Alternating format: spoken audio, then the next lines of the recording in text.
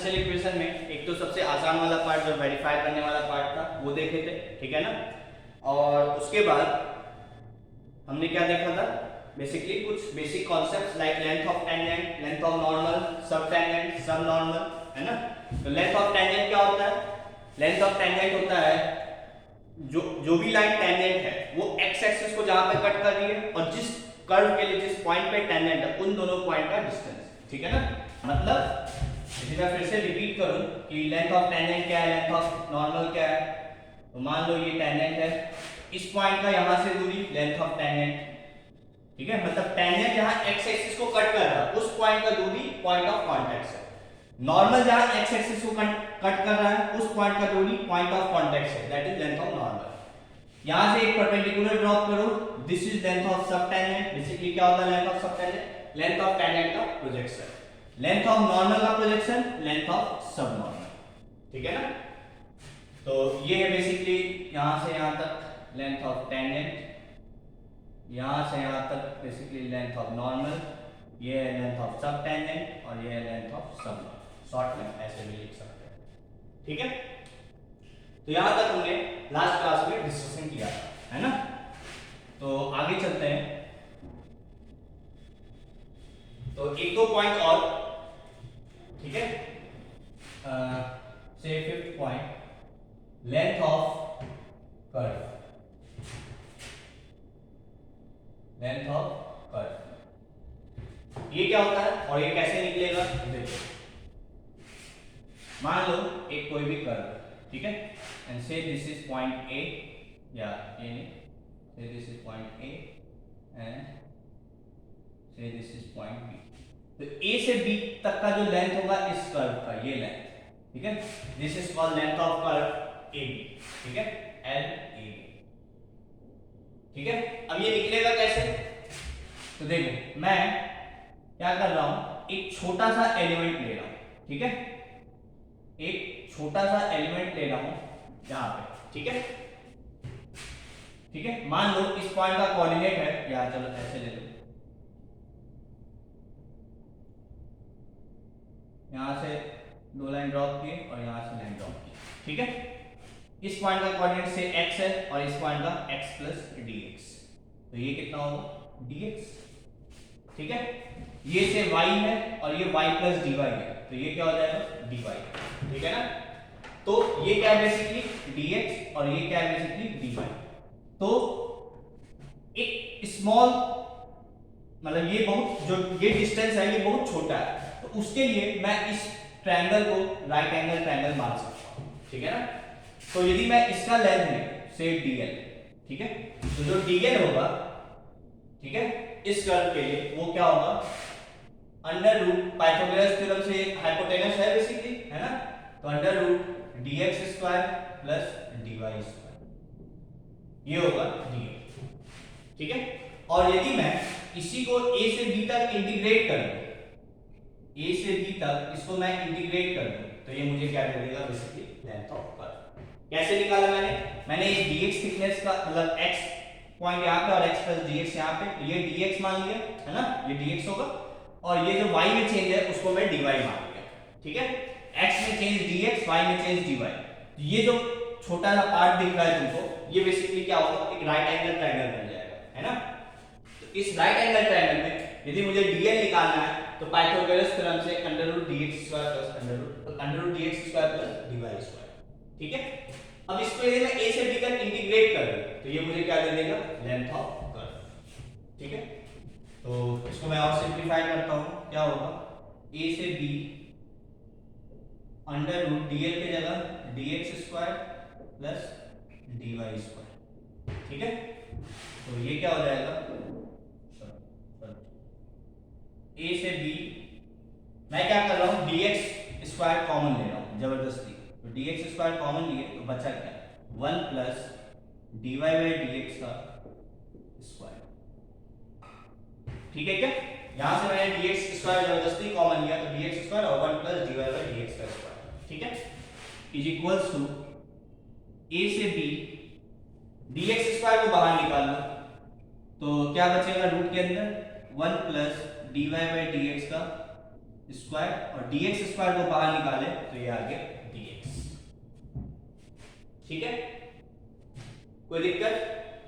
अब यहाँ पे x के रिस्पेक्ट में इंटीग्रेट कर रहे हैं तो यहाँ पे बेसिकली a का कौन सा कोऑर्डिनेट आएगा, x कोऑर्डिनेट, और b का x कोऑर्डिनेट। तो a से b 1 plus under root 1 plus dy by dx का होल स्क्वायर और इसका integration with respect to x। This will give you the length of curve. ठीक है क्या? आई होप यहां तक तुम्हें क्लियर होगा। नोट कर लो इसको।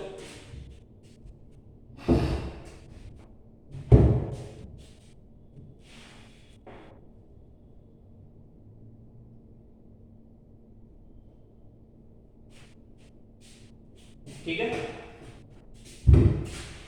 अब इसको चाहो तो dy बाई dx की जगह y डैश भी लिख सकते हो, तो वो सब अंडरस्टूड है। ठीक है ना?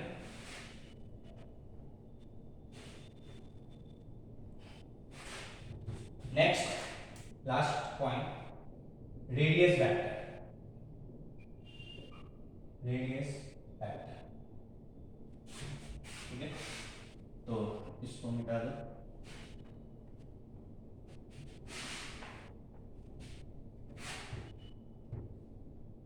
मान लो एक कर्व है जिसपे एक पॉइंट है से P x, y, इसका रेडियस वेक्टर क्या होगा, इसको ऑरिजिन से मिला दो से OP। तो OP जो होगा बेसिकली वो हम रेडियस वेक्टर कहते हैं। ठीक है, तो OP क्या होगा, OP क्या है, इन दोनों पॉइंट का डिस्टेंस। तो क्या होगा, ऑरिजिन है, ऑरिजिन से इस पॉइंट का डिस्टेंस क्या हो जाएगा, under root x square plus y square. तो ये है किसी भी पॉइंट का रेडियस वेक्टर, क्या उस पॉइंट को ऑरिजिन से मिला और इस लाइन का डिस्टेंस किसी, तो ये तुम्हारा रेडियस वेक्टर होता है। ठीक है, नोट कर लो यहां तक।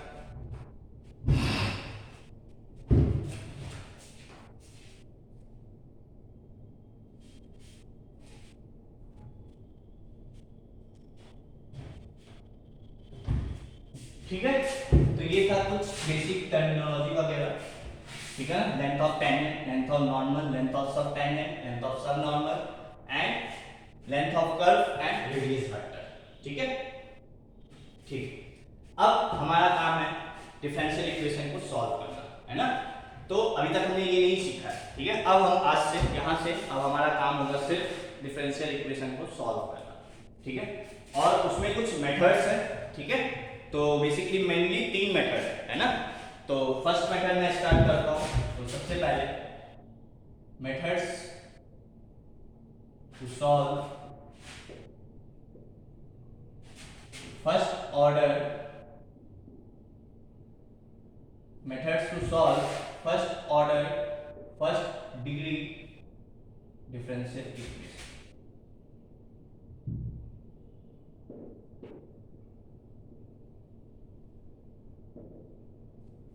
Methods to solve first order first degree differential equation. अब देखो हमारे सिलेबस में जो है मेनली क्या, तुम्हें हमेशा लगभग first order and first degree के डिफरेंशियल इक्वेशन को ही सॉल्व करने दिया जाएगा। ठीक है, डिफरेंशियल इक्वेशन आ सकता है हायर ऑर्डर, वहां पे ऑर्डर डिग्री वगैरह ये सब पूछा जा सकता है, बट जो सॉल्विंग वाला पार्ट होगा, ठीक है, वो यदि कोई आसान सा केस है तो वो एक अलग चीज है। ठीक है ना, बट मेनली जो पार्ट होगा तुम्हारा basically first order first degree का ही डिफरेंशियल इक्वेशन तुमको मिलेगा सॉल्व करने के लिए। ठीक है, तो इसमें सबसे पहला मेथड है, तो मेथड्स हम डिस्कस करेंगे। फर्स्ट मेथड है वेरिएबल सेपरेबल। वेरिएबल सेपरेबल, ठीक है, ये है सबसे पहला मेथड। तो नाम से ही क्लियर है, वेरिएबल सेपरेबल। ठीक है, इसमें तुमको क्या करना होगा कि कुछ dy बाई dx तो होगा ही होगा और y का टर्म्स होगा और x का टर्म होगा। ठीक है ना, अब वेरिएबल सेपरेबल मतलब वेरिएबल जो है वो बेसिकली सेपरेट हो जाएगा। कहने का मतलब dy को तुम एक तरफ रखो, dx को तुम एक तरफ ले आओ और फिर जो y और x का टर्म्स है, y वाला सारा टर्म dy के साथ आ जाएगा और x वाला सारा टर्म dx के साथ आ जाएगा। तो यदि ऐसा कोई क्वेश्चन में हो रहा है देन उसको हम क्या करेंगे, वेरिएबल सेपरेबल से सॉल्व करेंगे। क्या है वेरिएबल सेपरेबल में, जैसे for example dy by dx बराबर से x into y गिवन है। ठीक है, तो इसमें क्या होगा, सबसे पहले तुम क्या करो, dy को एक तरफ रखो और dx को दूसरे तरफ ले गए। अब x वाला टर्म एक तरफ रखो, y वाला टर्म एक तरफ रखो। तो इस y को मैं इधर ले आ रहा हूं, तो 1/y हो जाएगा। तो y वाला टर्म एक तरफ आ गया, x वाला टर्म एक तरफ आ गया। अब हम इसको इंटीग्रेट कर देंगे और ऐसा एक क्वेश्चन है या इस मेथड से सॉल्व कर लो, then this type of method is basically variable separate, कि वेरिएबल सेपरेट हो गया, y एक तरफ x एक तरफ, इसलिए नाम पड़ेगा वेरिएबल सेपरेट। ठीक है क्या? तो सबसे पहले हम यहां पे लिख लेंगे क्या करना होता है हमें वेरिएबल सेपरेबल में। तो take dy on one side, take dy on one side of the equation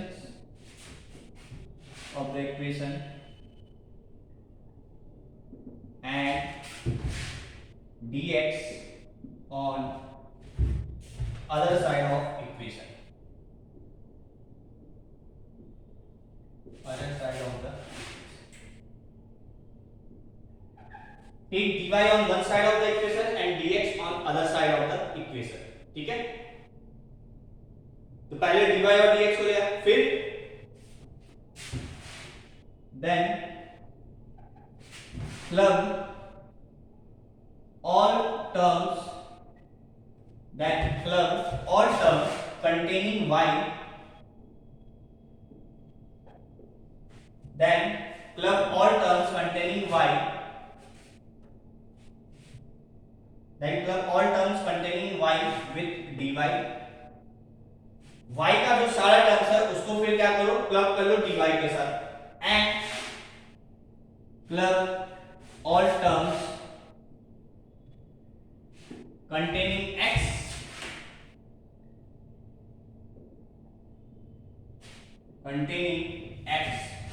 with dx। ठीक है, y वाले टर्म को dy के साथ प्लग कर लो और x वाले टर्म को dx के साथ प्लग कर लो। ठीक है, and plug all terms containing x with dx। ठीक है, and then integrate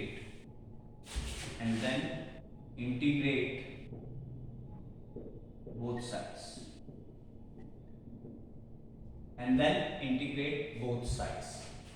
ठीक है, नोट करो पहले, and then integrate both sides।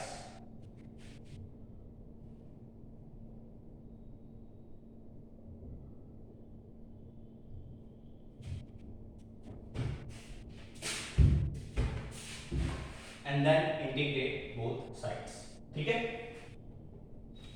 तो ये काम हम करेंगे बेसिकली वेरिएबल सेपरेबल। अब देखो क्वेश्चन में तुमको ये नहीं कभी बता के आएगा कि solve this using variable separable, वो तुम्हें खुद आइडेंटिफाई करना पड़ेगा क्या ये वेरिएबल सेपरेबल से सॉल्व हो सकता है। तो यदि हो रहा होगा तो ये काम बेसिकली करना पड़ेगा, तभी वो हो पाएगा। यदि ऐसा हो गया है ना, यदि ऐसा हो गया मतलब वो वेरिएबल सेपरेबल फॉर्म का बन गया। ठीक है,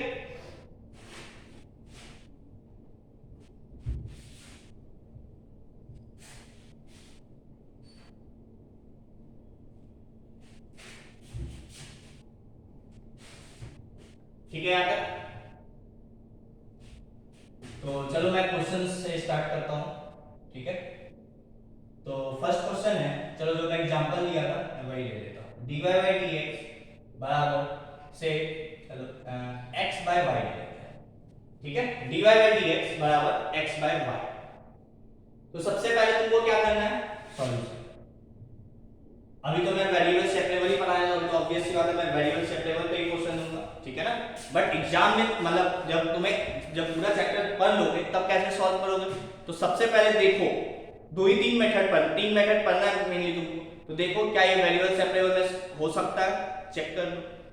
यदि हो जा रहा है तो ठीक, नहीं तो दूसरे मेथड का जो कि होमोजेनियस डिफरेंशियल इक्वेशन, और तीसरा जो हम पढ़ेंगे लीनियर डिफरेंशियल इक्वेशन। तो मेनली हम तीन ही मेथड यहाँ पे पढ़ेंगे। ठीक है ना, तो dy by dx बराबर x by y, तो dy बराबर x by y dx। अब x वाला टर्म को एक तरफ प्लग कर लो, y वाले टर्म को dy के साथ प्लग कर लो, तो y को इधर भेज दो, तो y dy बराबर x dx, ये आ गया। ठीक है, अब दोनों तरफ इंटीग्रेट कर लो, इंटीग्रेशन का टाइम y का इंटीग्रेशन y के रिस्पेक्ट में, तो क्या होगा y² by 2 is equals to x का इंटीग्रेशन x के रिस्पेक्ट में, तो x² by 2 एंड क्योंकि कोई लिमिट तो है नहीं, बेसिकली ये इनडेफिनेट इंटीग्रेशन है, इसलिए प्लस सी। ठीक है क्या? तो ये हो गया। अब इसको और सॉल्व कर लो तो वाई स्क्वायर बराबर एक्स स्क्वायर प्लस 2c हो जाएगा, 2 से मल्टीप्लाई करके पूरे इक्वेशन में, तो ये हो जाएगा y square minus x square और 2c को क्या बोल दो k। ठीक है, 2c देखने में अच्छा नहीं लग रहा था उसको k लिख दी बस। तो ये आ गया तुम्हारा बेसिकली रिक्वायर्ड सॉल्यूशन इस डिफरेंशियल इक्वेशन का। मतलब जो मैंने लास्ट क्लास में पढ़ा था कि चेक करो, तो यदि इसको तुम डिफरेंशिएट करके यहाँ रखोगे तो ये इसको सेटिस्फाई करेगा, मतलब ये इसका सॉल्यूशन है। ठीक है, तो अब यहाँ पे तुम्हें सॉल्यूशन निकालना है, तो बेसिकली हम इस तरीके से निकाल लिए, and this type of method is said to be variable separable method. ठीक है, वेरिएबल सेपरेट हो गया और उसके बाद हम क्या किए, इंटीग्रेट कर दिए। ठीक है, और इंटीग्रेट करने के बाद सिंपलीफाई यदि कर पाए तो सिंपलीफाई भी कर देंगे। ठीक है ना, हमेशा आंसर क्या होना चाहिए, लोवेस्ट टर्म में दिया जाता है मैथ्स में, मतलब सिंपलीफाई करके दिया जाता है। तो इसको मैंने सिंपलीफाई कर लिया, तो ये आ गया तुम्हारा आंसर। ठीक है क्या? तो अब इसी तरीके से हम क्वेश्चन आगे सॉल्व करेंगे, इसको नोट करें।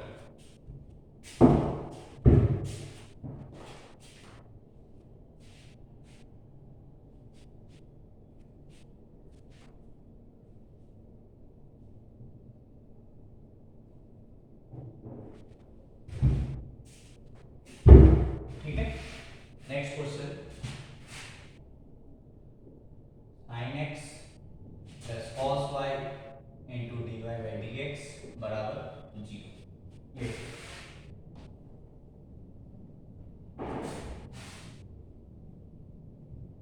ठीक है, तो सबसे पहले क्या करेंगे, तो मैं इसको उधर ले जा रहा हूं, तो क्या हो जाएगा cos y into dy by dx बराबर माइनस sin x। ठीक है, dx को उधर भेज दो, तो ये हो गया cos y dy बराबर माइनस sin x dx। ठीक है क्या? हो गया, y वाला टर्म सारा एक तरफ। अब देखो y वाला सारा टर्म एक तरफ होना चाहिए, ऐसा नहीं कि आधा y इधर भी छोड़ दिए, नहीं, पूरा y dy के साथ, पूरा x dx के साथ, तभी ये वेरिएबल सेपरेबल कहलाएगा। मान लो यदि यहाँ पे sin xy होता, कुछ ऐसा होता, तो क्या ये वेरिएबल सेपरेबल है? नहीं, तब हम वेरिएबल सेपरेबल इसको नहीं बोलते और हम इस तरीके से सॉल्व नहीं कर पाते।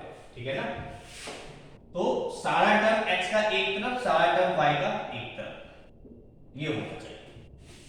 ठीक है, बस तो सब कुछ एक तरफ हो गया, अलग अलग हो गया, इंटीग्रेट कर। तो cos y का integration sin y is equals to sin x का इंटीग्रेशन माइनस cos x, तो minus minus plus cos x और प्लस c।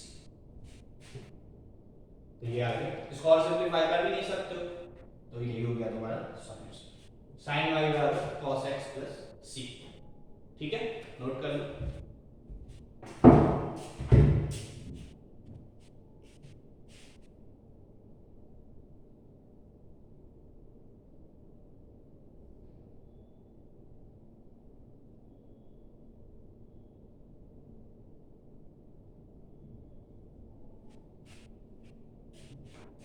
ठीक है, अब बेसिकली हम यहाँ पे कर क्या है, मेन काम तो हमारा इंटीग्रेशन ही है।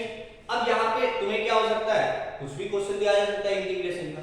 ठीक है, चाहे वो इवन लेंथी वाला पार्ट हो, मेन इंटीग्रेशन ही चेक करना। इतना सा पार्ट तो डिफरेंशियल वाला पार्ट था, उसके बाद तो बेसिकली इंटीग्रेशन का पार्ट, इसलिए चैप्टर बेसिकली एप्लीकेशन ऑफ इंटीग्रेशन ही तो है ना। तो नोट हो गया होगा, है ना। नेक्स्ट क्वेश्चन है,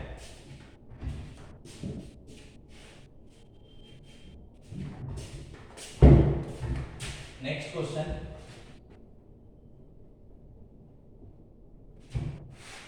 2 plus cos x into tan y plus 3 times dy by dx बराबर 0। ठीक है, ये क्वेश्चन। तो क्या होगा, सबसे पहले चलो उसको उधर ले जाओ सॉल्यूशन। तो 2 plus cos x into tan y बराबर minus 3 times dy by dx। dx को इधर 2 प्लस cos x और इस tan y को मैं उधर भेज दे रहा हूँ, तो ये dx हो जाएगा और ये हो जाएगा -3 tan 1/tan y, मतलब डिनोमिनेटर में आ जाएगा tan y और ये dy। ठीक है, तो ये हो जाएगा 2 प्लस cos x dx बराबर -3 tan y को मैं क्या लिख सकता हूँ cot y। ठीक है क्या? अब cot y का अब इसको क्या करना है, यहां तक क्लियर? इसको इंटीग्रेट कर दो, कांस्टेंट को मैं बाहर रख सकता हूं, है ना? तो क्या हो जाएगा 2 प्लस cos x का इंटीग्रेशन, 2 का 2x और cos x का sin x, तो ये हो गया 2x प्लस sin x। ठीक है, इज इक्वल्स टू -3। ठीक है, अब cot y का इंटीग्रेशन, तो cot y का इंटीग्रेशन क्या होता है ln sin y, है ना? ln sin y plus c, ये तो होता है cot को लिख सकते हैं cos y sin, sin को t बोले तो cos dt 1/t ln t। ठीक है, तो ये हो गया ln sin y।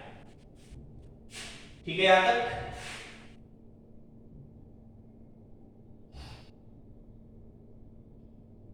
तो ये हो गया तुम्हारा आंसर। ठीक है, अब इसको और सिंपलीफाई करेंगे तो सब कुछ इधर लाएंगे, फिर ln तो ये e के पावर में चल जाएगा, बट इतना ही ठीक है, इतना भी ठीक है। ठीक है ना? तो आई होप यहां तक तुम्हें क्लियर होगा, नोट कर लो।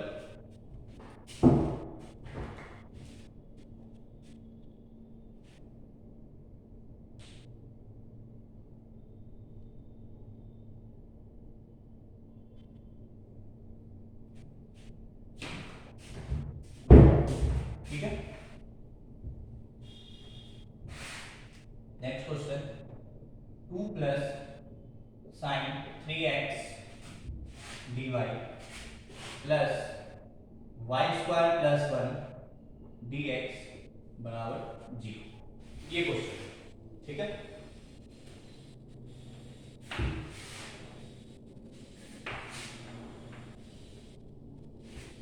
तो क्या करें, तो सबसे पहले इसको उधर ले जाओ। ठीक है, तो क्या होगा 2 plus sin 3x into dy बराबर minus times y square plus 1 into dx। अब देखो वेरिएबल सेपरेबल के लिए तो तुम्हें दो तरफ बनाना पड़ेगा, है ना? यदि यहीं पे dx होता और यहाँ पे dy होता, है ना? यदि यहीं पे dx होता और यहीं पे dy होता तब मैं यहाँ पे भी डायरेक्ट इंटीग्रेशन कर सकता था। ठीक है, चलो मैं नेक्स्ट क्वेश्चन वही लिखूंगा, पहले इसको सॉल्व करते हैं। क्योंकि ये x के साथ y है, y के साथ x है, तो इसलिए मैं इसको उधर ले गया। ठीक है, अब मुझे इसके साथ y चाहिए, मतलब इसको इधर लाओ, और dx के साथ x चाहिए, मतलब इसको इधर लाओ। तो dy upon y square plus 1 बराबर minus dx upon 2 plus sin 3x। ठीक है, अब दोनों तरफ इंटीग्रेट कर दो। ठीक है क्या?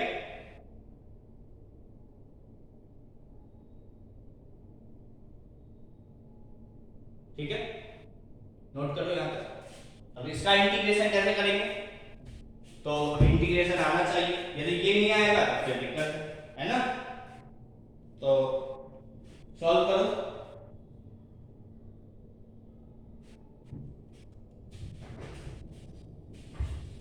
तो देखो कैसे सॉल्व होगा, मैंने बताया तुम्हें a plus b sine x, उसी टाइप की तो चीज है ये, तो बेसिकली टाइप है ना। और टाइप को इस टाइप को कैसे सॉल्व करते, यदि यहाँ पे साइन एक्स होता तो तुम सॉल्व कर लेते, कैसे? उसको tan के हाफ एंगल में चेंज करके, तो इसको भी tan के हाफ एंगल में चेंज कर दूंगा। ठीक है ना? तो क्या करेंगे, इसका इंटीग्रेशन, तो tan इनवर्स y, है ना, इज इक्वल्स टू, ठीक है, माइनस dx अपॉन 2 प्लस, देखो sin 2x का फॉर्मूला क्या होता है 2 tan x upon 1 plus tan square x, है ना?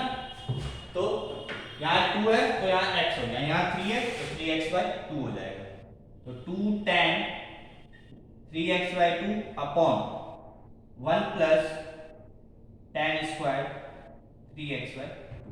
अब क्वेश्चन यहाँ पे कुछ भी दिया जा सकता है ना, फिर उसको इंटीग्रेशन ही चेक करना है, तो प्रॉपर इंटीग्रेशन का क्वेश्चन ना देके यहाँ पे घुसा दे, तो डिफरेंशियल इक्वेशन भी चेक हो जाएगा एंड इंटीग्रेशन भी चेक हो जाएगा, ठीक है ना। तो ये हो गया, ठीक है, नोट कर लो फिर ऊपर मिटाएंगे।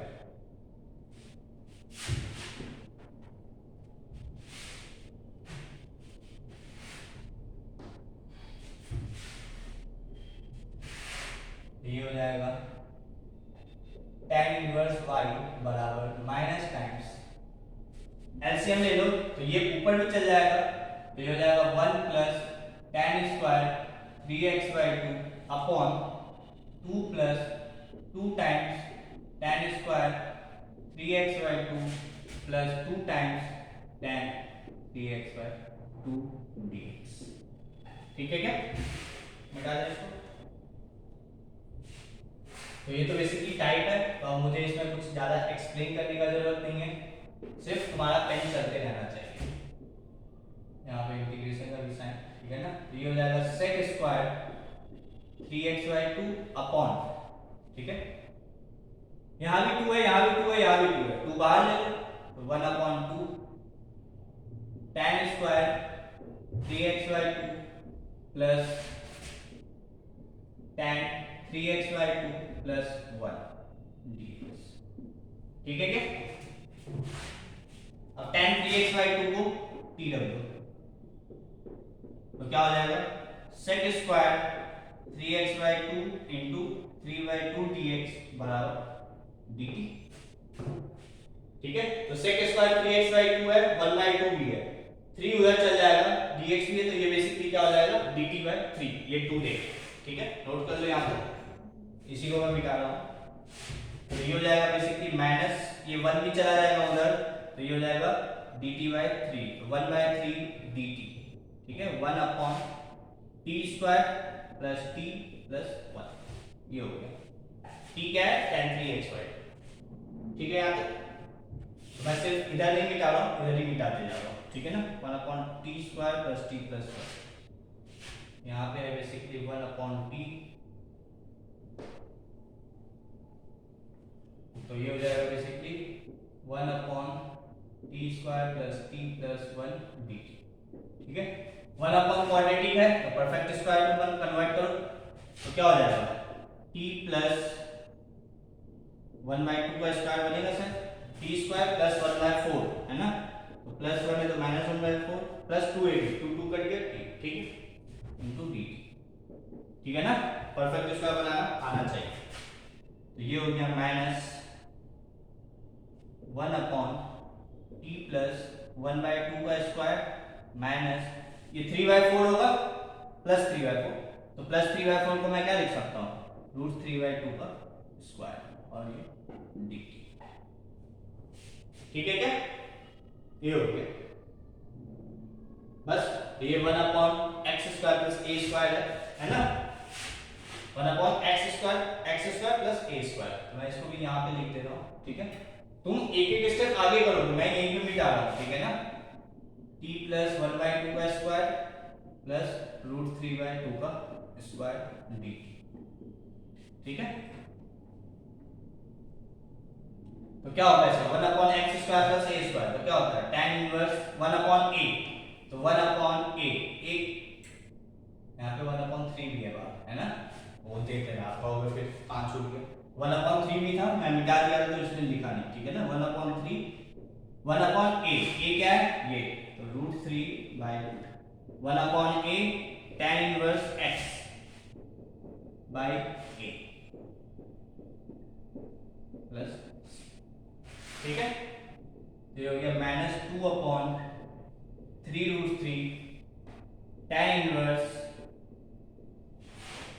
क्या हो जाएगा 2t प्लस 1 और 2t प्लस 1 और 2 और 2 कट जाएगा तो 2t plus 1 upon √3 plus c,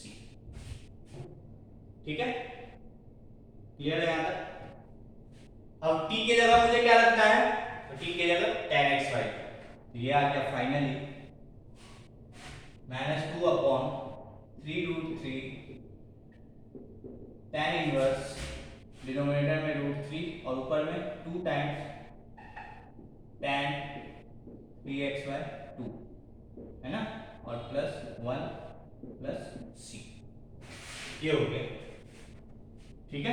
तो ये हो गया तुम्हारा basically answer, tan inverse y बराबर दिस, ठीक है। तो सिर्फ उस डिफरेंशियल इक्वेशन वाला पार्ट टफ नहीं था, इंटीग्रेशन था, वो भी टफ नहीं था, वो भी टाइप था, तब तो भी टाइप तो आना ही चाहिए, है ना, इसलिए नोट कर लो इसको।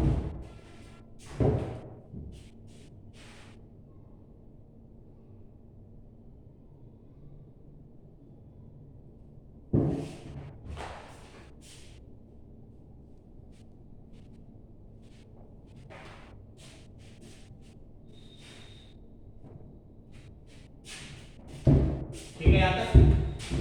नेक्स्ट क्वेश्चन,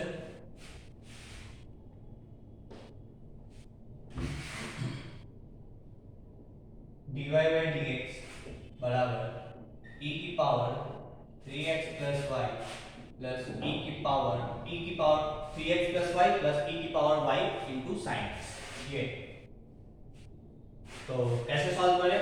तो सबसे पहले तो मुझे दिख रहा है कि इसको ब्रेक कर, है ना, एक्सपोनेंशियल की प्रॉपर्टी लगा के, तो क्या हो जाएगा e की पावर 3x into e की पावर y प्लस e की power y into sin x, ठीक है।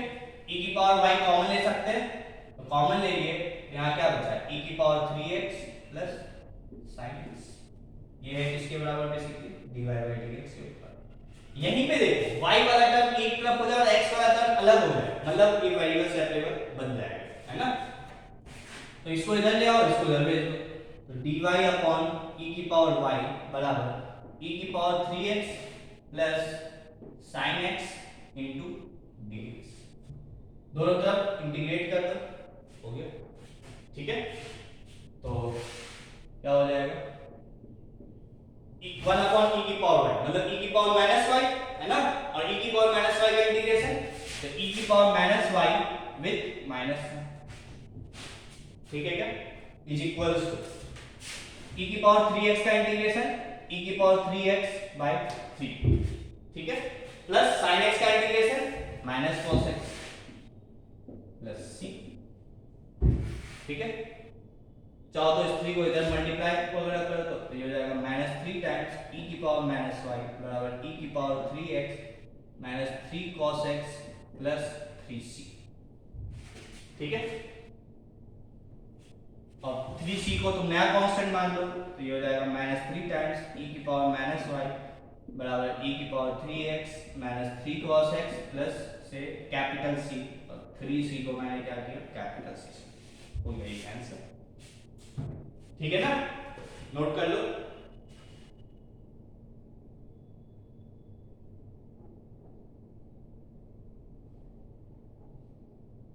ठीक है, अब देखो इसके पहले जो क्वेश्चन लिए थे, यदि उसी क्वेश्चन को मैं जो बात कर रहा था, मैं भूल गया था कि 2 प्लस साइन 3x, यदि मैं dy और dx को इंटरचेंज कर देता, ठीक है, यदि क्वेश्चन में वो न देके ये देता क्या 2 plus sign 3x into dx plus y square plus 1 dy बराबर 0, यदि ये क्वेश्चन देता तो ये काफी आसान क्वेश्चन है, ठीक है। कैसे देखो, इसको मिटा दे, नोट कर लो इसको,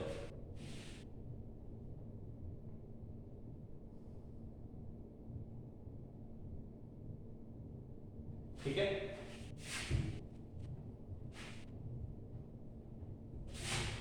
तो ये देखो, ध्यान से देखोगे तो इसमें dx के साथ x वाला ही टर्म है और dy के साथ y वाला ही टर्म है, मतलब ये तो तुमको पहले से ही वेरिएबल सेपरेबल फॉर्म में ही दिया है, तो अब तुमको इसको उधर ले जाने की वगैरह जरूरत नहीं है, तुम यहीं पे इसको इंटीग्रेट कर सकते हो बस। तो 2 प्लस साइन 3x का इंटीग्रेशन 2 का 2x साइन 3x का minus cos 3x by 3 plus plus इसका हो गया y स्क्वायर का इंटीग्रेशन y क्यूब बाय 3 1 का इंटीग्रेशन y बराबर 0 का इंटीग्रेशन c। ये लो एक लाइन में क्वेश्चन सॉल्व हो गया। यदि मैंने क्वेश्चन में यहाँ पे dy और dx यहाँ दिया था, है ना, बट यदि यहाँ पे dx और dy होता तो क्वेश्चन तो एक लाइन का था, है ना। तो ये सब हमें देखना है, ठीक है। ये सब कैसे आएगा, प्रैक्टिस, जितना ज्यादा प्रैक्टिस करोगे तभी क्वेश्चन सॉल्व आसानी से दिखने लगेगा कि क्या ये वेरिएबल सेपरेबल बन सकता है या नहीं बन सकता है, ठीक है। नोट कर लो यहाँ पे।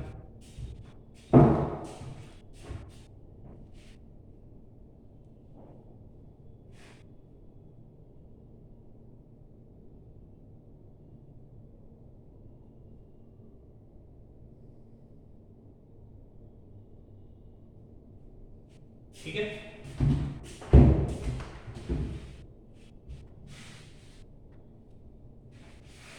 Next question, ln dy by dx is equals to e की पावर ax प्लस by।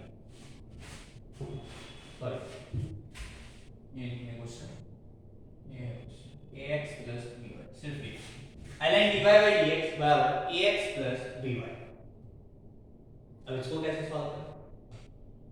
तो कुछ भी नहीं, सबसे पहले ln को उधर ले जाओ। ln उधर कैसे जाएगा? यदि मुझे ln यहाँ से हटाना है तो बेसिकली ये एक्सपोनेंस के पावर में चल जाएगा। This is equals to e की पावर ax प्लस by। ठीक है, ln हटाना है तो जो यहाँ का बेस है उसके पावर में इस टर्म को रेज कर दो, ln हट जाएगा। ठीक है, तो ये हो गया ln dy by dx बराबर ax प्लस by था, तो dy by dx बराबर e की पावर ax प्लस by। तो इसको मैं सेपरेट कर सकता हूं इस तरीके से, e की पावर ax into e की पावर by। ठीक है, इसको x वाले को उधर लेगा, y को इधर लेगा, तो dy अपॉन e की पावर by बराबर e की पावर ax into dx। ठीक है, क्या हो गया सॉल्व? y वाला टर्म एक तरफ आ गया, x वाला टर्म एक तरफ आ गया, इतना आ गया मतलब सॉल्व। अब यदि सॉल्व नहीं कर पा रहे हो मतलब इंटीग्रेशन तुम्हें नहीं आता है ना, तो e की पावर by को मैं e की पावर माइनस by dy लिख सकता हूं और इसको e की पावर ax dx लिख सकता हूं। ठीक है, e की पावर माइनस x का इंटीग्रेशन, तो e की पावर माइनस x अपॉन जो x का कोफिशिएंट है वो नीचे। ठीक है, बराबर e की power ax upon a plus एक नया कांस्टेंट दैट इज c। ठीक है, अब चाहो तो a और b को मल्टीप्लाई वगैरह करके उसको a b c आ जाएगा, उसको एक नया कांस्टेंट बोल दो। ठीक है, तो ये हो गया ये भी क्वेश्चन सॉल्व। नोट कर लो यार।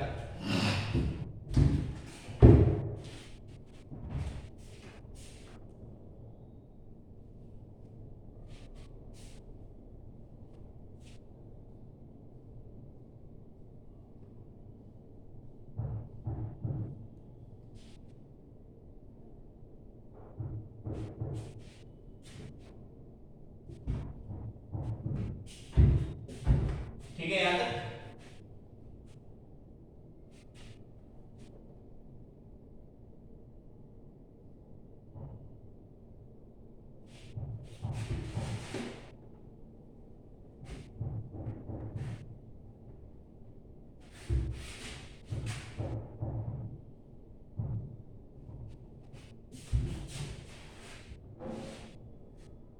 Next question,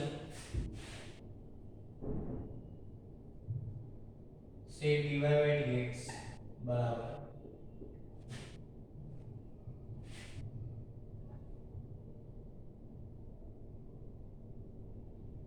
x square sin x upon e की power y into y square. ये है।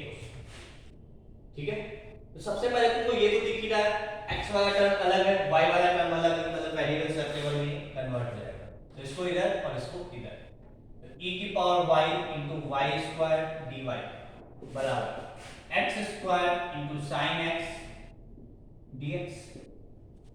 वेरिएबल सेपरेबल है क्या? ये y अलग हो गया, x अलग हो गया, दोनों तरफ इंटीग्रेट कर दो। ठीक है, बस अब ये इंटीग्रेशन कैसे होगा? तो बाय पार्ट्स, ये भी बाय पार्ट्स एंड ये भी बाय पार्ट्स। ठीक है क्या? तो फर्स्ट फंक्शन किसको बोलेंगे? आइलेट के हिसाब से फर्स्ट ये और एक्सपोनेंशियल सेकंड, है ना? तो चलो पहले इसको सॉल्व करें। फर्स्ट फंक्शन को as it is, second function का इंटीग्रेशन माइनस फर्स्ट का डिफरेंशिएशन, तो 2y, सेकंड का इंटीग्रेशन इनटू dy। ठीक है, अब ये और सॉल्व। चलो फिर इसको भी पहले करते हैं, इसको भी शायद मुझे लगता है दो बार करना पड़ेगा। ILATE algebraic first, trigonometric second, है ना?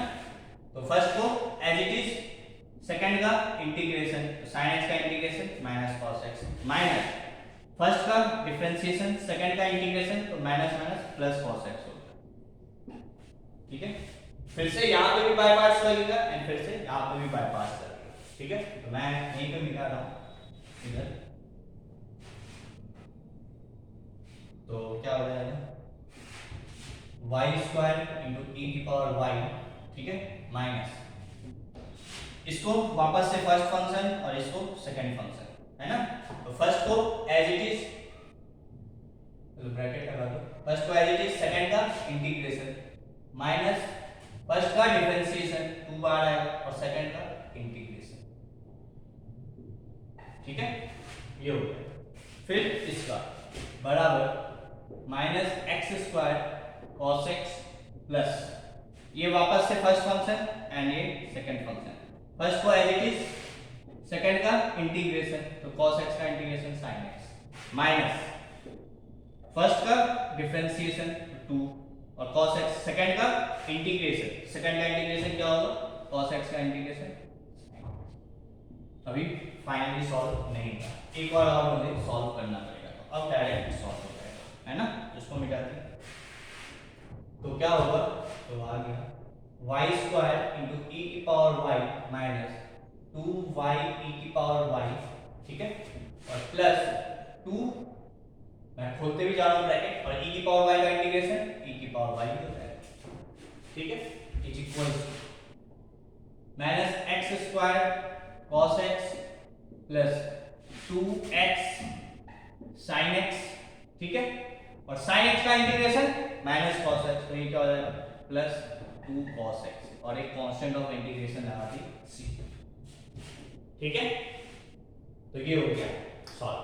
तो मतलब कहने का मतलब ये है कि इंटीग्रेशन में कुछ भी दिया जा सकता है, ऐसा नहीं कि कोई एक फिक्स मेथड हो, मतलब पार्शियल फ्रैक्शन, बाय पार्ट्स, कोई भी मेथड, सब्स्टिट्यूशन वगैरह कुछ भी दिया जा सकता है, कोई भी टाइप यूज किया जा सकता है, ठीक है ना। तो उसके लिए तो फिर इंटीग्रेशन आना ही चाहिए, है ना। तो ये है बेसिकली इस क्वेश्चन का सॉल्यूशन, ठीक है। आई होप यहां तक तुम्हें क्लियर होगा, ठीक है। इसके आगे अब मैं वेरिएबल सेपरेबल में पहले वर्ड प्रॉब्लम लूंगा, ठीक है ना। तो वर्ड प्रॉब्लम से मैं नेक्स्ट लेक्चर में स्टार्ट करता हूं, ठीक है। Thank you.